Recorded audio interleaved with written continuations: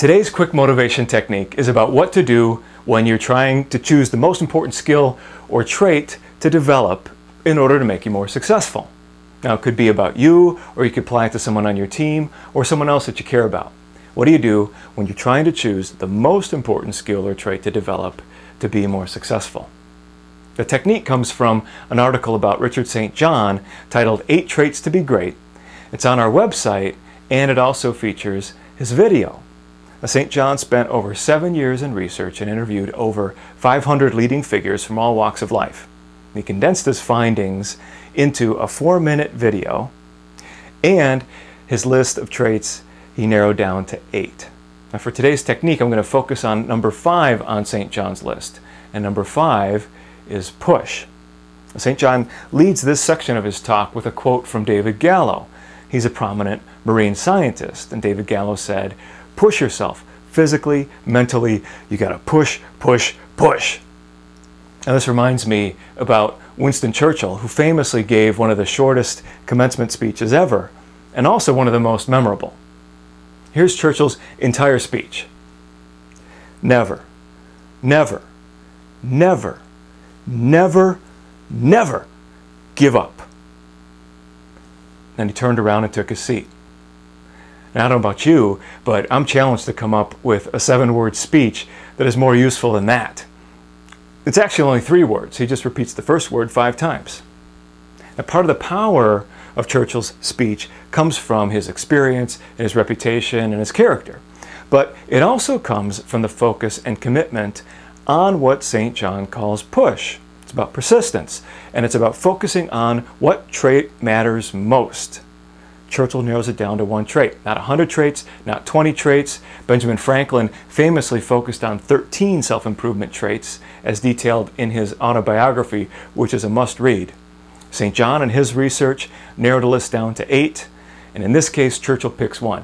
He speaks about the importance of push based on his experience leading Britain from the verge of decimation to victory in World War II. So Churchill encourages us to develop what matters most. And when you need it most, to do it. Always. Don't not do it. Ever.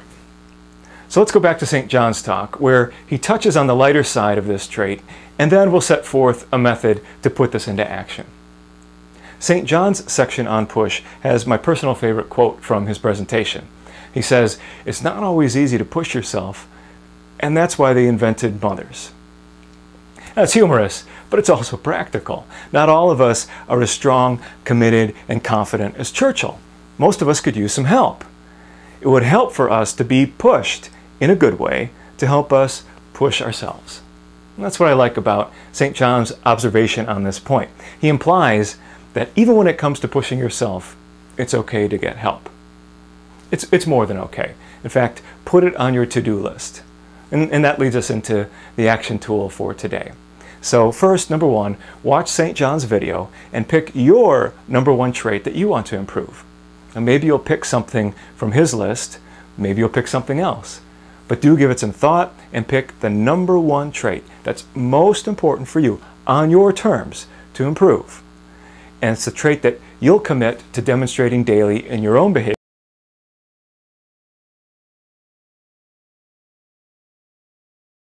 with others.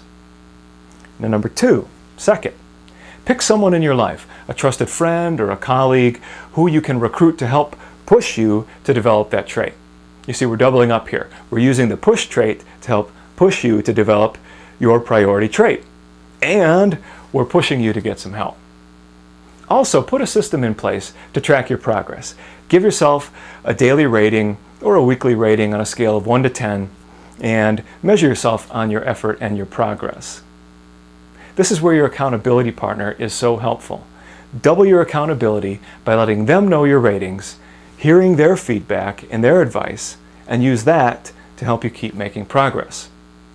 Working with a partner also makes it more effective and more enjoyable than going alone.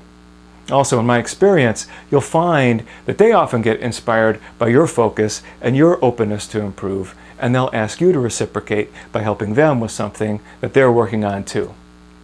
If they do, so much the better. The motivation for both of you spirals up. For more on this topic, Visit motivationrules.com and search on any of the words that you see here on the board.